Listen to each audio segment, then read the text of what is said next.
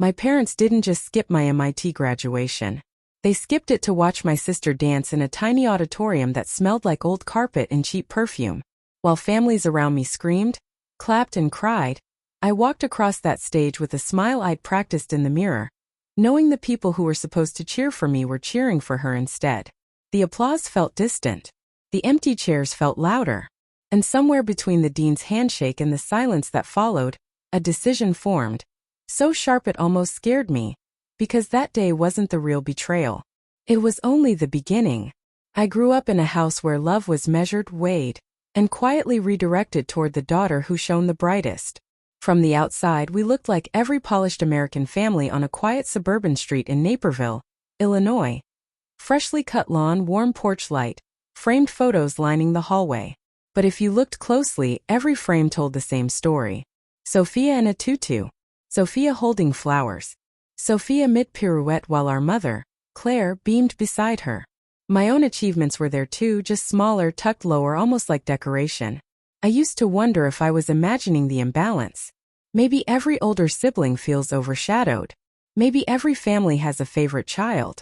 But by the time I was 11, the pattern wasn't subtle anymore. They forgot my birthday that year completely. We were driving home from one of Sophia's rehearsals when my mother gasped, almost annoyed with herself, and said, "Oh, sweetheart, was that today?" I shrugged it off, pretending it didn't sting.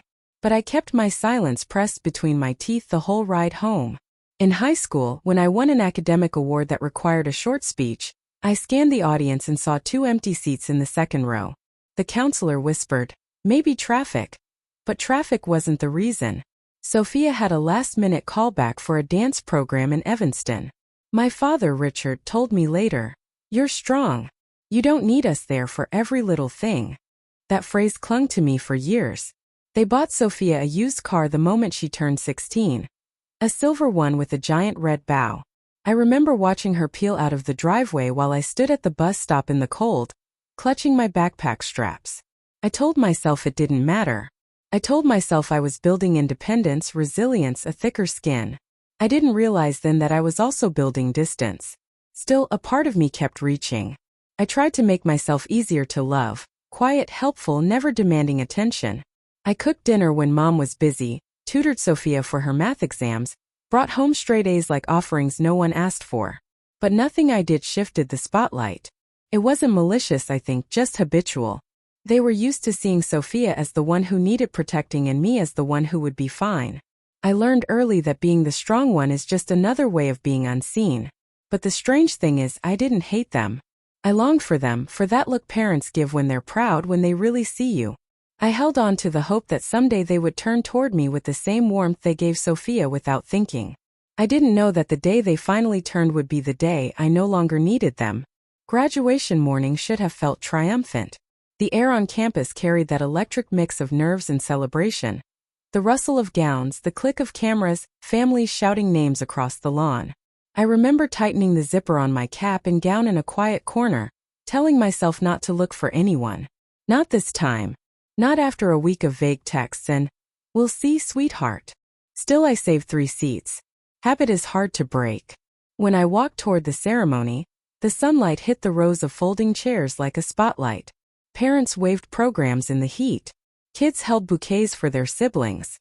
It was chaos and joy and belonging. Everything I secretly wished for, just a few feet out of reach. My row filled quickly. The 3 seats beside me stayed empty. When my name was called, the applause sounded the same as everyone else's, but it felt different, hollow, borrowed. I crossed the stage with a smile I'd practiced in the bathroom mirror that morning, pretending it didn't hurt. The dean shook my hand with a warm, puzzled look, the kind reserved for students whose families are running late. He whispered, "Congratulations." I whispered, "Thank you." And then I stepped off the stage into a silence only I heard. After the ceremony, I checked my phone. One message from Mom. "Sweetheart, Sophia's recital time changed. We just couldn't miss it. She was breathtaking tonight. You would have loved it." "No, how did it go?" "No, we're proud of you." "Just Sophia. Always Sophia." My fingers felt numb as I scrolled through the photos she'd attached. Sophia in a layered pink costume, cheeks flushed with glitter. Mom beaming so wide her eyes turned crescent-shaped. Dad in the photo too, front row, smiling like the world began and ended on that stage. I stared at their faces longer than I care to admit. A second message followed. How was your little ceremony? Little. For years of sleepless nights, labs that stretched past midnight, research that nearly broke me in half, acceptance into a program most people only dream of. And it was a little ceremony. I sat on a bench under a blooming tree and let the breeze cool the sting in my eyes. Around me, families hugged, cried, posed for photos that would sit on mantles for decades. I watched them, not with envy but with a dull, heavy clarity. I realized, maybe for the first time, that my parents weren't going to change. Not for a degree. Not for a milestone. Maybe not ever. I didn't call them back. I didn't send photos. Instead, I went back to my apartment, sat on the edge of my bed, and opened my contacts. One by one, I blocked their numbers, then their emails, then the group chat that had never really included me in the first place. It wasn't dramatic, just a quiet decision. A boundary forming like a clean, straight line. Portland didn't feel like an escape at first. It felt like a blank page, too white, too quiet, too honest. My studio apartment was small enough that I could touch the kitchen counter and my bed without moving my feet, but it was mine. I remember the first night clearly. Rain tapping the window, the hum of the old fridge, the ache of a boundary newly drawn. Cutting my parents out hadn't made me feel strong. It made me feel unanchored, like I'd stepped off a cliff and was waiting to hit the ground. But the city had a way of catching me. I started at a research-focused tech job. No flashy corporate name. Just a team of sharp minds who cared about ideas more than hierarchy. My manager, Priya, noticed I worked through lunch every day and nudged a granola bar onto my desk with a dry, "You can't innovate if you faint." Jenna from down the hall invited me to kickboxing class, to punch out whatever childhood trauma remains. Leo introduced me to a tiny cafe that served bitter coffee and warm light. Somehow, they became the first people who saw me without comparing me to anyone else. At night, I'd sit in my thrifted leather chair facing the city skyline, listening to the rain slide down the glass. Healing wasn't linear. Some days I woke up breathing easier. Other days, a random scent or passing comment opened the wound again. Therapy helped me understand a truth I'd long avoided. Being the strong one didn't make me unbreakable. It just meant I'd been breaking quietly for years. Slowly, I rebuilt myself. I learned to take up space in meetings. I learned to trust that people meant it when they said they were proud. I learned I didn't have to shrink for anyone to shine. By year 2, I led small teams. By year 3, I filed patents. By year 4, the Portland skyline no longer felt unfamiliar. It felt earned. And by year 5, I almost forgot what their absence felt like. Then the wedding invitation arrived. A white envelope, heavy cardstock, my name written in looping ink. My cousin Ryan, one of the few family members who never treated me like a background character, was getting married. He wrote a short note at the bottom. "It would mean a lot if you came." I held the card for a long time. 5 years is a strange amount of time, long enough for people to age, but not long enough for patterns to disappear. Long enough for wounds to scar, but not long enough for memory to fade. Part of me wanted to ignore it, but another part, a stronger, steadier part, felt ready. Not to reconnect, not to forgive, but to stand in the same room with the people who once made me feel invisible and see if I still felt small. When I finally RSVP'd yes, a thought settled in quietly. I wasn't going back to be their daughter. I was going back to witness who I'd become without them. The wedding venue sat on a hill overlooking Lake Michigan, glowing under the kind of summer sunlight that makes everything look softer than it really is.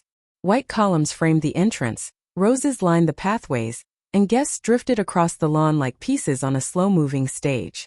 I pulled into the gravel lot in a rented hybrid, cut the engine, and took a breath that tasted like nerves wrapped in calm. I wasn't here to make a statement, but walking in, I realized my presence alone already was one. Inside, the air hummed with chatter, clinking glasses and strings from a small live band. I spotted Ryan across the room, sharp suit, easy grin, the same cousin who used to share his fries with me at family gatherings because he could tell I was always left out. When he saw me, his entire face lit up. "You came," he said, pulling me into a hug that felt real. "Of course I did," I murmured. He squeezed my shoulder. "I'm proud of you, Ava. Really." Funny how such simple words can hit harder than any wound. I drifted toward my assigned table, taking the long way around the room. Lace tablecloths, polished silverware, soft candlelight flickering in glass holders. It was all designed for beauty. But beauty can't soften the moment your past catches up with you. I saw them before they saw me. Claire stood by the back window, adjusting Sophia's hair even though it didn't need adjusting. Sophia wore a pale lavender dress, soft curls pinned back with tiny pearls. Richard hovered beside them, stomach slightly fuller, posture slightly smaller. 5 years had settled into their faces in ways I didn't expect. Lines that weren't there before, shadows under their eyes, an anxious drift in their gazes. I turned away before they looked up. For the next hour I blended in. I chatted with Ryan's friends, laughed lightly, sipped my champagne, answered polite questions about my work. I didn't hide, but I didn't seek them out either. I existed, calm, grounded, complete. For the first time, being in the same building as my parents didn't make my chest tighten. But eventually the moment came. A presence shifted behind me, a familiar pause in the air. A breath I recognized even after all this time. Ava. My mother's voice, soft, shaky, almost disbelief. I turned slowly. She pressed a hand to her chest as if steadying herself. My God, it really is you. Hi, Mom. Her eyes glimmered, not quite tears, not quite joy, just shock. We didn't know you'd be here. I RSVP'd to Ryan, I said simply. Richard stepped forward, his voice rougher than I remembered. You look different. It's been 5 years, I replied. Sophia hovered behind them, twisting the strap of her clutch. She looked older too, less wide-eyed, more aware. But her presence still carried that familiar carefulness, like she was waiting to gauge everyone's emotional temperature before picking a side. My mother tried to smile. We reached out, you know. We emailed, we called. You never. I know. The corner of her mouth tightened. Do you understand how much you hurt us? I stared at her for a long moment. There it was, the narrative they'd built to avoid the truth. How much I hurt you, I repeated softly. My father nodded stiffly. We're your parents. You can't just vanish because of a silly grudge. A silly grudge? The words sliced through the room with quiet, brutal precision. I didn't raise my voice. I didn't let my expression crack. I just stood straighter. You skipped my MIT graduation. My mother blinked. We explained, Sophia had her recital. You've skipped a lot of things, I continued, keeping my tone even. My 12th birthday, my academic speech, my award ceremony, my acceptance dinner, college applications, the car you bought Sophia the moment she turned 16 while I waited in the cold for the bus. Each sentence thudded between us like a stone dropped into still water. Sophia flinched. Richard shifted. Claire's face paled. I never asked for that car, Sophia whispered. I know, I said, my voice softening just for her. This isn't about you. My mother took a step forward. We thought you were strong. You always were. Sophia needed more attention. That's the story you told yourselves, I replied. But I was a child too. A child who needed parents. A hush settled around us. Nearby conversations dimmed. A few guests glanced over, but I didn't care. This wasn't a spectacle. This was a reckoning. Claire swallowed hard. What do you want from us? Nothing. The word landed with finality. I stopped wanting anything 5 years ago, I added. Richard's voice cracked. We lost you over a mistake. No, I said. You lost me slowly. Every small dismissal, every forgotten moment, every time you chose someone else without even noticing. I didn't say it with anger. I said it like a fact etched into stone. For the first time, my parents truly looked at me, not at the daughter they expected, not at the placeholder in their family narrative, but at the woman who had built a life without them. I saw the realization flicker across their faces, the recognition of what they had missed, what they had thrown away, what they no longer had the privilege to reach for. Sophia wiped her eyes. I'm sorry. I'm not here for apologies, I said gently. I'm here for Ryan. My mother's voice trembled. Will we ever fix this? I shook my head. Some things aren't meant to be fixed. They're meant to be understood.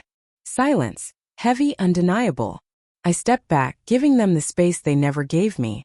And in that moment, watching their expressions break open, watching the weight of 5 years rush into the gap between us, I realized the thing I'd always known deep down. They finally faced what they'd lost.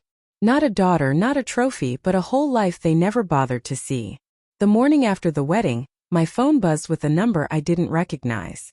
I almost let it ring out, but something, curiosity, maybe closure, made me answer. Richard's voice slipped through, thin and uneven, like someone trying not to break. Ava, please don't hang up. I didn't speak. I didn't need to. I know you changed your number, he said quietly. Ryan gave me this one. I asked him not to tell you. A long breath. I just needed to say something. Silence stretched between us, soft but weighted. I read about your work, he continued. Your patents, your projects. You've built a whole world without us. His voice cracked. And the worst part is, you had to. I closed my eyes, letting the truth settle. We thought Sophia needed more. We thought you'd be fine. We were wrong. Another pause. Your mother cried all night. She wants to undo things we can't undo. You can't fix 22 years in one call, I said calmly. I know, he whispered. But, will we hear from you again? Maybe, I replied. Maybe not. And I ended the call quietly, without regret. I flew back to Portland that evening, watching the coastline fade beneath the clouds. The city lights greeted me like an old friend, steady and familiar. When I walked into my apartment, Luna, the cat who chose my keyboard as her favorite bed, curled around my ankles, and Ryan texted a picture from the wedding, thanking me again for showing up. Life felt quiet. Honest. Mine. Sometimes people ask if I regret cutting my parents out. I don't. Peace isn't built from pretending things were fine. Peace is built from boundaries, from choosing yourself even when it hurts. I didn't win by confronting them. I won years earlier when I decided their absence would no longer define me. If you've ever carried a weight like that, if you've ever chosen distance to save yourself, tell me in the comments. And if this story stayed with you, share it and subscribe so you don't miss the next one.